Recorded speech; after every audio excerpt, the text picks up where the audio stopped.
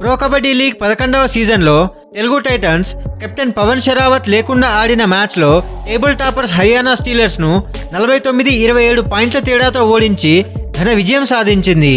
ఈ ఉత్కంఠభరిత పోరు సోమవారం నోయిడా ఇండోర్ స్టేడియంలో జరిగింది. తాత్కాలిక కెప్టెన్ విజయ్ మాలిక్ 8 పాయింట్లతో కీలక ప్రదర్శన కనబరచగా, రైడర్ ఆశిష్ నార్వాల్ తన సూపర్ 10తో విజయం సాధించడంలో ప్రధాన పాత్ర పోషించాడు.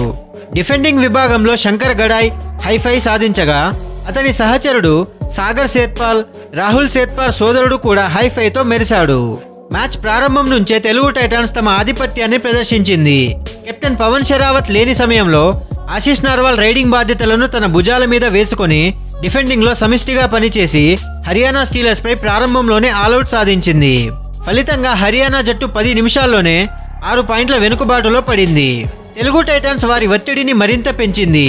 ఈ సీజన్లో డూ ఆర్ డై రైడ్స్లో ప్రత్యేకంగా నిలిచిన వినయ్ ఈ మ్యాచ్లో తన ఫామ్ను కొనసాగించలేకపోయాడు.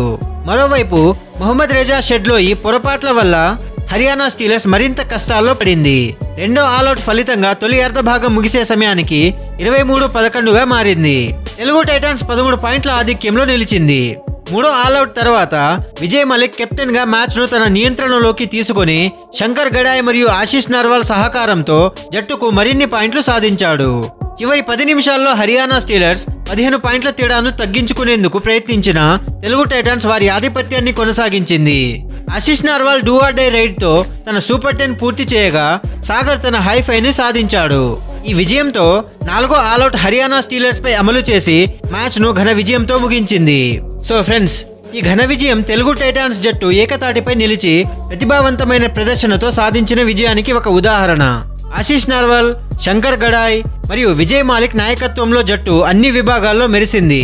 ఈ విజయంతో తెలుగు టైటన్స్ జట్టు తమ సీజన్ను కొత్త ఊపుతో కొనసాగిస్తోంది. రాబోయే మ్యాచ్లలో కూడా ఇలాంటి ప్రదర్శనను చూస్తూ వారు మరిన్ని విజయాలు సాధించాలని ఆశిద్దాం. సో ఫ్రెండ్స్, తెలుగు టైటన్స్ యొక్క దూకుడు విజయాన్ని చూసిన తర్వాత మీకేమనిపిస్తుందో మీ అభిప్రాయాలను కమెంట్ సెక్షన్లో చెప్పండి. మీకు కనుక ఈ వీడియో నచ్చినట్లయితే లైక్ చేయండి, షేర్ చేయండి. ఇలాంటి మరెన్నో కబడ్డీ వీడియోస్ కోసం, స్పోర్ట్స్ అప్డేట్స్ కోసం మన ఛానల్ను సబ్స్క్రైబ్ చేయండి. Thank you for watching.